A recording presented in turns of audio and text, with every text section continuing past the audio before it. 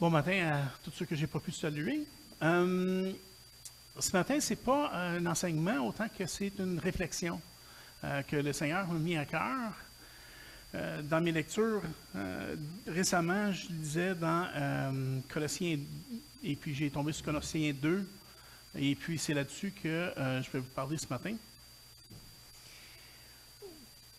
Personnellement, j'aime souvent écouter des différents prédicateurs de différentes dénominations, principalement sur YouTube. J'ai un de mes préférés, c'est Voddie Baucham, qui est un pasteur baptiste, baptiste réformé. Il est calviniste, donc il va avoir des points de vue différents des miens. Puis c'est intéressant de voir des échanges qu'il peut y avoir entre les différentes théologies. Le côté négatif de ça, c'est l'inconfort des fois qu'on peut vivre quand on fait face à des enseignements qui sont différents des nôtres. Quand on parle avec, comme j'ai plusieurs amis qui viennent de différentes dénominations, autant l'Alliance chrétienne et missionnaire, l'Église baptiste, l'Église pentecôtiste. Donc, à un moment donné, on ne va pas toujours se rejoindre sur certains points. Et puis, ça peut créer des inconforts, des froids peut-être, mais c'est ça, c'est là-dessus que je veux mettre l'emphase ce matin. C'est là-dessus que je voudrais parler puis approfondir un peu là-dessus. Parce que, bon, il y a déjà eu des frictions à un moment donné, puis mon père était un ancien dans l'Église, et puis il disait, il écoutait le CA, puis le CA, il dit, bien, de toute façon, dans les désaccords, on a nos versets, nous autres. On est correct, on a les versets pour nous prouver qu'on a raison. Mon père il avait demandé, ouais, mais eux autres, ils ont leurs versets, eux autres aussi, là. Fait, bon. Fait que ça peut créer des certaines tensions ou certains inconforts, vraiment, c'est le mot que je cherche, c'est vraiment inconfort. Mais ça devient encore plus important comme inconfort quand on arrive avec des théologies qui créent un joug. OK? Donc, c'est pas rien que des petits désaccords sur la couleur du charriette de tel et tel. Non, c'est tu n'es pas correct parce que. Ou, dans ma jeunesse, j'ai connu des églises où ça se faisait plus. Ainsi parle l'Éternel. Puis j'ai une bonne histoire aussi là-dessus. J'étais jeune ado, fait qu'on recule de 70-80 ans, là. Quand même. Et puis, on était sur la Rive-Sud dans une église, et puis, c'est ça, on était en famille. Et puis, Chantal était là. Puis, il y avait un jeune homme qui avait Chantal à l'œil. Fait qu'il s'est levé durant la prédication, durant la louange, il s'est élevé, puis il avait dit, « Le Seigneur me dit que je vais marier mademoiselle ici. » Fait que je l'ai trouvé assez fascinant comme situation. Fait qu'il y a toujours la question, suis-je correct?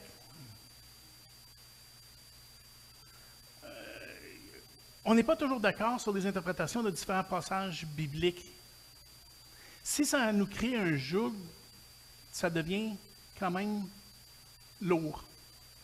Puis on a prié, Marc a prié pour les différentes églises, puis c'est très important de reconnaître nos frères et sœurs dans toutes les différentes églises qui louent, qui prêchent la parole, qui glorifient Dieu. C'est pas du tout pour retrancher ou quoi que ce soit là, que je dis ces choses-là. Mais c'est ça, c'est pas les petits désaccords que je veux parler ce matin, mais c'est plutôt les désaccords qui nous mettent sous un joug. T'es pas correct.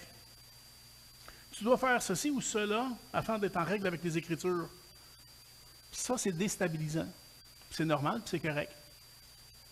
Ça remet en question que c'est qu'on croit, que c'est qu'on pense, puis on se retourne à le Seigneur pour voir si c'est le cas ou pas.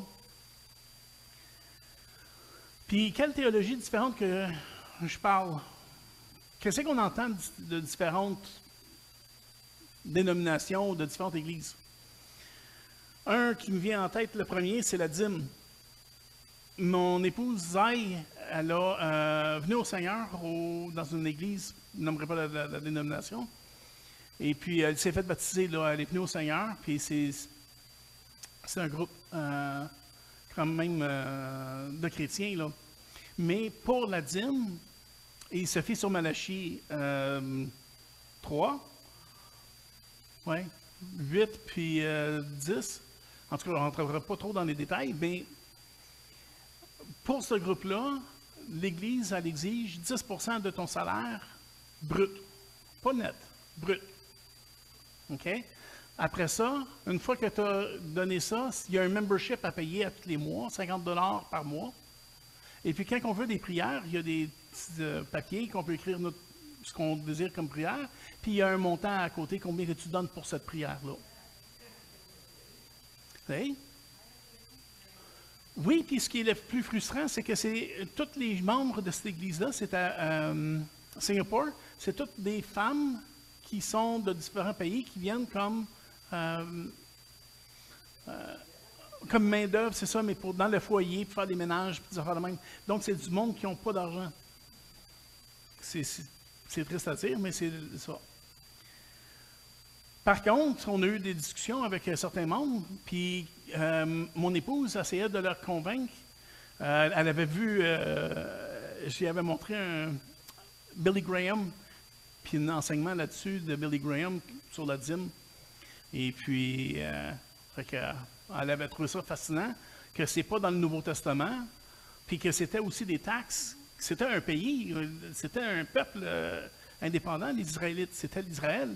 Donc, il y avait le bien-être social à payer, il y avait l'assurance chômage, il y avait toutes ces choses-là à couvrir. Enfin, c'est ça, il y avait il y en a qui disent 24%, il y en a qui disent 30% du salaire qui revenait au temple, mais c'était un gouvernement. C'était des taxes. C'était pas comme nous autres. Dans le Nouveau Testament, on donne ce que l'Esprit nous met à cœur et on le donne avec joie.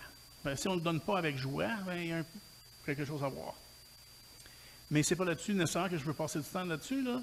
Il y avait d'autres théologies qui créaient des malaises. Malheureusement, quelqu'un aussi qui ne connaissait pas le Seigneur. Quand j'étais au high school, j'ai rencontré un jeune homme, Stéphane. On l'appelait Killer. Il était plus petit que moi, mais il était bâti comme un armoire à glace. Puis il était heureusement très doux. Bien gentil. Puis j'ai parlé, puis j'ai dit, je suis chrétien. Fait qu'il dit, oui, il dit, chrétien. Fait que je dis, peut-être pas, là. Fait que, non, il dit, non, je m'excuse, je peux pas insulter personne. Il dit, c'est parce que j'ai été dans une école d'une certaine dénomination. Je dis, OK. Moi, j'ai jamais été. Comment est-ce que... Il dit, mes parents ne croient pas en Dieu, mais ils voulaient que j'aille des bonnes valeurs dans la vie, fait qu'ils m'ont envoyé dans cette école-là. Il me semble que ça part mal, là, mais OK. Fait que, ils disent... j'ai oublié de regarder l'heure aussi. Hein? Tu me jetteras une carte. Fait que... il fallait qu'ils parlent en langue. Parce que, selon cette église-là, ou ces gens-là, la preuve d'avoir reçu le Saint-Esprit, c'était de parler en langue. Fait que là, comme ils ne parlaient pas en langue, il n'avait pas reçu le Saint-Esprit. Fait que là, ils ont commencé à m'imposer des mains sur lui. Fait que lui, dans un sens, il est différent de tous les autres élèves. Fait qu'il paye quand même un certain prix émotif. Mais quand ils ont imposé les mains, il n'a pas parlé en langue plus. Fait que qu'est-ce qui est arrivé? Ils ont commencé à imposer les mains pour cast out demons, pour chasser les démons. Fait que là, à un moment donné, heureusement, il est resté calme. Il a pris tout ça. Fait que il a fait semblant de sauter sa coche. Il s'est choqué, il s'est mis à crier, prendre des chaises, des pitcher à travers des fenêtres, il a fait du dommage tout ça. Mais il n'était même pas choqué qu'il dit. Il voulait juste avoir une porte de sortie. Puis effectivement, ils l'ont mis dehors de l'école. Fait que lui, il était bien content. Mais heureusement, il est resté avec une ouverture d'esprit au Seigneur. Ouais? Fait qu'il ne s'est pas moqué ou il n'a pas dit, là, vous autres, avec vos croyances, tout ça, là, mettre tout le monde dans le même paquet, puis... Anyway. J'étais à une autre théologie qu'on voit, c'est avec la Sainte Seine. J'étais aux Philippines quand je me suis marié, le mois passé, le 2 mois. Oui. Et puis, j'ai été visiter une église là-bas pour voir si on voulait se faire marier par ce pasteur-là. Puis c'était une église locale, fait qu'en même temps, si je pour vivre X mois par année là, je cherche une église. Et puis, j'y étais, puis on m'a invité d'assister le dimanche matin. J'ai trouvé un lift, puis j'y étais. Et puis, on a passé la Sainte-Seine. Mais ici, la Sainte-Seine, au Québec, dans les églises, ça crée des fois un malaise de passer la Sainte-Seine à quelqu'un que tu ne connais pas. Fait, pour ne pas créer de malaise à qui que ce soit, j'ai tout simplement laissé passer la scène. Puis aussi, je ne savais pas c'était qui ce groupe de personnes-là. Fait que, rendu après la scène, il me demande de me lever. Viens ici. Oups, OK. Fait, en avant de l'Assemblée, puis là, je me fais réprimander. Tu n'as pas pris la Sainte-Seine. En avant de tout le monde. Tu sais, là, hey, non! Tu sais, désolé. Fait que, pourquoi? Fait que je dis, ben, je vais l'expliquer à toi personnellement après, mais pas ici, pas maintenant. Parce que là, ils ont sorti les versets à la Sainte-Seine. Dans Actes 20, verset 7, « Le premier jour de la semaine, nous étions réunis pour rompre le pain. » Fait sur cette phrase-là, le premier jour de la semaine, qui est dimanche, nous étions réunis pour rompre le pain. Vois-tu, ils rompaient le pain, ils prenaient la Sainte-Seine. Mais ça, c'était à tous les dimanches. C'est une loi maintenant. Il faut que tu prennes la Sainte-Seine à tous les dimanches. C'est le biblique. C'est le verset. Puis si tu ne le fais pas, tu n'es pas correct. Puis il m'a réprimandé en avant de toute l'Assemblée. Le vin, puis le coupe, puis le pain. La communion. Communion, oui. Fait que, juste une affaire que je ne sais pas si j'ai spécifié quand je parle de la dîme tantôt. On parlait de discuter avec des autres personnes. On n'a pas mis d'emphase non plus là-dessus avec nos amis qui venaient de cette église-là parce que ce qu'ils font, ils font pour le Seigneur. Je m'excuse, j'ai oublié, c'est un gros morceau important. C'est que c'est pas une question de gagner l'argument. C'est pas une question d'avoir des meilleurs versets que l'autre ou de gagner. C'est une question de prendre soin de l'autre aussi. On a cette obligation-là. De prendre soin de l'autre, ça veut dire que, est-ce que ça change quelque chose dans le salut de la personne si la personne donne 10% de son revenu à l'Église? Non. Ça ne change rien dans le salut. Donc, c'est-tu vraiment important de se rentrer dans une chicane pour quelque chose de même? Ce qu'ils font, ils font pour le Seigneur. Ils ne le font pas pour X, Y, Z, là. Ils le font pour le Seigneur. Donc, hein? Fait que je m'excuse, j'ai sauté cette partie-là. C'est une partie qui est importante. Il y a aussi des recettes magiques que j'ai vues au cours des années, comme la Sainte Seine, encore là, la communion. Quand on parle de Corinthiens, prendre un jugement contre soi-même, c'était que quand on passe la coupe, il faut que ça soit la même coupe. Puis on la distribue, tout le monde prend de la même coupe. Si tu as dédain de ton frère ou de ta sœur dans le Seigneur, tu n'es pas digne. C'est là où tu vas pogner des maladies, tout ça. C'est toutes des recettes magiques, c'est toutes des... Mais on ne parle pas de la Bible. Puis encore là, ce qu'ils font, ils font pour le Seigneur. Puis quand j'étais jeune, je parle de recettes magiques, puis quand j'étais jeune, c'était une église française de France qui était venue au Québec, dans les Laurentides. Et puis, eux autres aussi, ils portaient le voile. Puis quand on priait, les femmes allaient chercher un Kleenex puis se le mettaient sur la tête. Mais étant quand même jeune ado, je trouvais ça intéressant, là. Un Kleenex, mais en tout cas. Fait que, effectivement, ils ont leur verset. Corinthiens, c'est écrit Corinthiens 2,5, mais c'est pas vrai, c'est Corinthiens 11,5. Toute femme, au contraire, qui prie ou qui prophétise de tête non voilée, déshonore son chef. C'est comme si elle était rasée. Car si une femme n'est pas voilée, qu'elle se coupe aussi les cheveux. Or, s'il est honteux pour une femme d'avoir des cheveux coupés ou d'être rasée, qu'elle se voile. C'est biblique, il n'y a pas d'autre explication. Hein, on fait quoi avec ça tout d'un coup? Mais c'est ça, si on comprend qu'à Corinthe, il y avait des temples dédiés à... comment est-ce qu'elle s'appelait?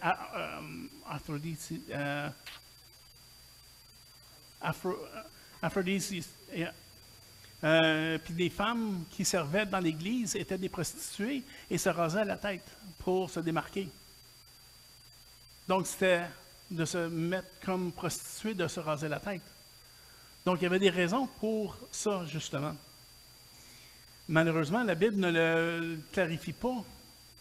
Donc, il y a des gens qui, pour le Seigneur, en obéissance au Seigneur, vont se mettre des Kleenex à la tête quand ils vont prier. Ça crée des malaises, ça crée des froids, mais c'est correct. Ce qu'ils font, ils font pour le Seigneur. Ce que nous autres on fait pour le Seigneur. Tout ça, puis je rentre dans mon texte pour la première fois. C'est Colossiens 2.1. Puis 2.1, c'est assez long. L'apôtre Paul connaît beaucoup les virgules, connaît beaucoup moins les points. Je veux en effet que vous sachiez combien est grand le combat que je soutiens pour vous et pour ceux qui sont à la Odyssée, et pour tous ceux qui n'ont pas vu mon visage en la chair, afin qu'ils aient le cœur rempli de consolation, qu'ils soient unis dans la charité et enrichis d'une pleine intelligence pour connaître le mystère de Dieu, savoir Christ. OK, il y a cette partie-là qui est bien importante. Afin qu'ils soient enrichis d'une pleine intelligence pour connaître le mystère de Dieu. C'est quoi le mystère de Dieu? Savoir Christ. C'est le gospel, c'est l'évangile. On revient à l'évangile encore une fois. On a parlé beaucoup, mais effectivement, c'est le mystère de Dieu, c'est Christ. Mystère dans lequel sont cachés tous les trésors de la sagesse et de la science. Finalement, il arrive avec un point. Il finit sa phrase-là.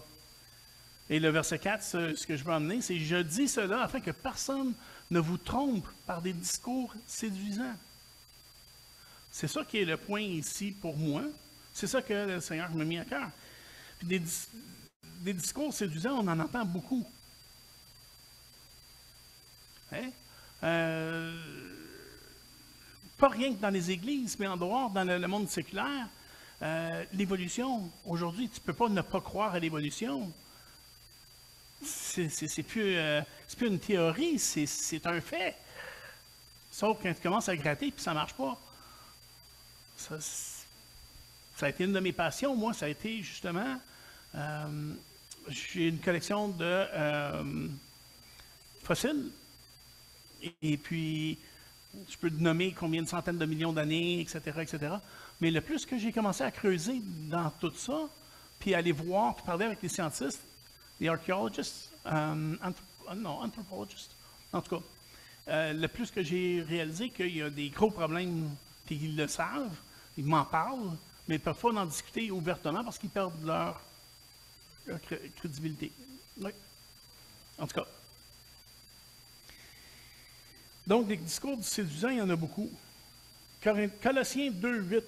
Prenez garde que personne ne fasse de vous sa proie par la philosophie et par une vaine tromperie, s'appuyant sur la tradition des hommes. La tradition des hommes. Sur les rudiments du monde et non sur Christ. Ça veut dire quoi, les traditions des hommes? Est-ce qu'on en a des traditions dans notre dénomination? Dans nos églises? On a tous et chacun des traditions. Un qui me vient en tête, c'est de ne pas pouvoir prendre la Sainte, une qui existait avant, de ne pas pouvoir prendre la Sainte Seine si on n'avait pas été baptisé. C'est une tradition. Il y avait des raisons. C'était des bonnes raisons, puis on comprend ça, mais ce n'était pas dans la Bible. Et ça devient une loi morale quand elle ne devrait pas exister dans un sens. Mais, encore une fois, ça n'a pas été fait par méchanceté. Ça a été fait pour servir le Seigneur, pour honorer Dieu. Mais, bon, si je reprends le verset 9, « Car en lui habite corporellement toute la plénitude de la divinité. » On parle de Christ. Fait que si quelqu'un se demande si Christ était vraiment, si Jésus était vraiment Dieu, le verset 9 te le dit pas mal clairement. « Car en lui habite corporellement toute la plénitude de la divinité. » Verset 10, « Vous avez tous pleinement en lui, qui est le chef de toute domination et de toute autorité. » Le Christ qu'on sert, c'est le boss, le patron, j'ai-tu le droit de dire, de Trump? Pardon. Il y a de tous les rois, toutes les personnes qui sont en charge du monde, Christ est au-dessus d'eux autres. S'appuyant sur la tradition des hommes, l'Église aussi a ses traditions, on les a vues. Que personne donc ne vous juge au sujet du manger, du boire, sujet d'une fête, d'une nouvelle lune ou des sabbats. Des sabbats, on a partagé l'Assemblée aussi avec une dénomination qui, eux autres, on fait partager l'Église parce qu'eux autres, c'était le samedi. C'était le sabbat, puis c'est encore bien important. Si tu n'observes pas le sabbat, tu n'es pas sauvé. Tu perds ton salut. On prend une chose, puis ça devient la chose la plus importante. Puis pourtant, la chose la plus importante, c'est Christ. Point. Le verset 17 l'explique. C'était l'ombre des choses à venir. Donc, ce n'était pas ça qui devait venir. C'était rien qu'une ombre, une représentation de ce que Dieu voulait. Mais ce n'est pas ce que Dieu voulait comme tel. C'était l'ombre des choses à venir, mais le corps est en Christ. Qu'aucun homme, sous une apparence d'humilité et par un culte des anges, ne vous ravisse de son gré, à son gré le prix de la course, tandis qu'il s'abandonne à ses visions, et qu'il est enflé d'un vain orgueil par ses pensées charnelles. Là, quand on regarde ce verset-là, on dit, ben lui, il est facile à détecter, ou elle est facile à détecter, enflé par son propre orgueil, tout ça. Ça, c'est une affaire, mais quand c'est un frère ou une sœur qui vient dans le Seigneur, puis qui dit ce que la personne elle a compris, ce que la personne elle a appris dans son passé, qu'elle dit avec conviction, puis aussi avec amour, avec toutes les bonnes intentions au monde, c'est beaucoup plus difficile de savoir si effectivement c'est la vérité ou pas. Verset 19, sans s'attacher au chef, on parle de la personne qui vient, qui dit ça. Sans s'attacher au chef, dont tout le corps assisté et solidement assemblé par des jointures et des liens tire l'accroissement que Dieu donne.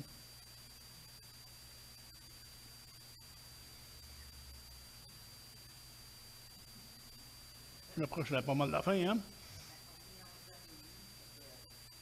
Ah, OK, on a commencé de bonne heure. Ou j'ai parlé vite, un ou l'autre?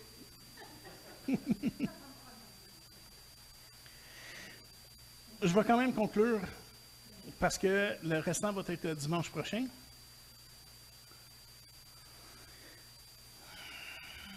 « 1 Corinthiens 10, 23. Tout m'est permis, mais tout n'est pas utile. Tout est permis, mais tout n'édifie pas. Tout m'est permis. Tu ne peux pas faire ci, tu ne peux pas faire ça. Non, non, attends une minute. Tout m'est permis. Mais tout n'est pas utile. Puis tout n'édifie pas nécessairement. Puis on regarde avec la viande sacrifiée aux idoles. Est-ce qu'un idole est quelque chose que l'apôtre Paul demande? Non.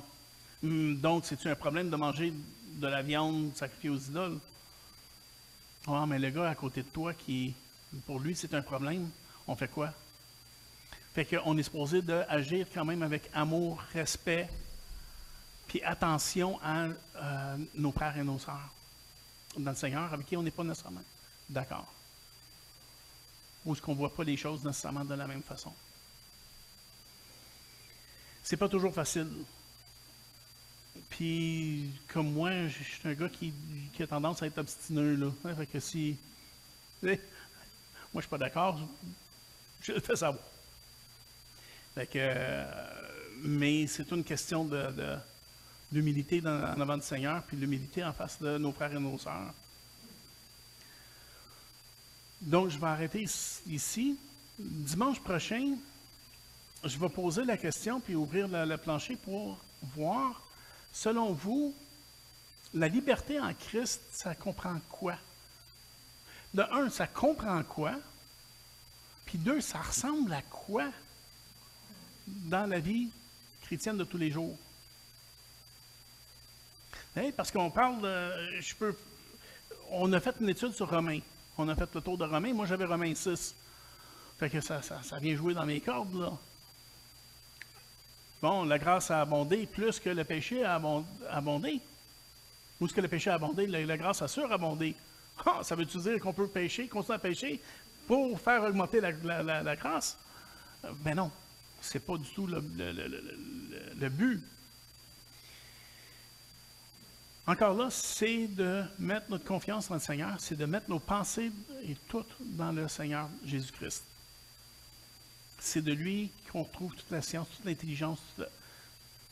On revient à lui.